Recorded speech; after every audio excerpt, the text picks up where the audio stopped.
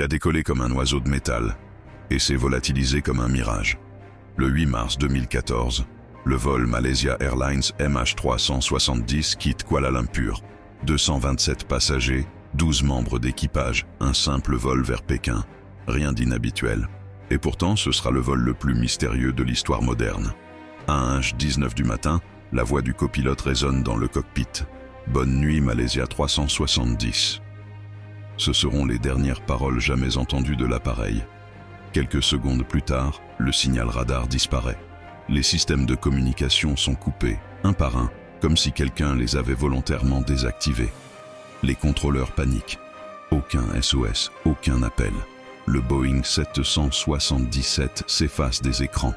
Mais les satellites d'Inmarsat captent encore des échos fantômes. L'avion vole, longtemps, très longtemps. Des heures après sa disparition.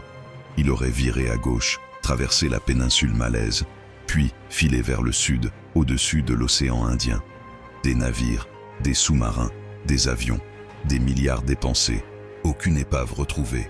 Le monde entier cherche un fantôme. Pendant des mois, les familles errent entre désespoir et colère. On retrouve enfin un flaperon, un morceau d'aile, échoué sur l'île de la Réunion, puis d'autres fragments, éparpillés sur les côtes africaines. La preuve que l'avion s'est abîmé en mer. Mais où, comment, pourquoi? Certains pensent à une panne catastrophique, d'autres à un détournement sophistiqué.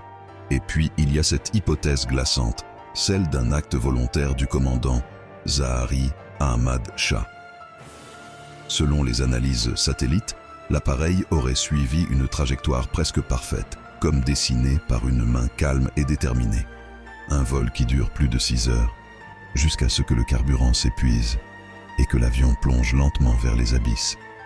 Malgré les recherches titanesques, aucune boîte noire, aucun corps, aucun secret n'a refait surface. Des milliards engloutis, des familles sans réponse et un mystère suspendu dans le ciel, là où tout a commencé. 11 ans plus tard, le MH370 continue de hanter les esprits. Parce qu'un avion peut disparaître, mais pas les questions qu'il laisse derrière lui.